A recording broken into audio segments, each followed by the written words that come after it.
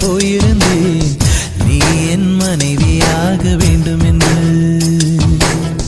ஆண்டு பல காத்திருக்க வேண்டும் என்று அவன் சொன்னான் ஆயுள் வரை காத்திருப்பேன் என்று நானும் சொல்லி வந்தேன்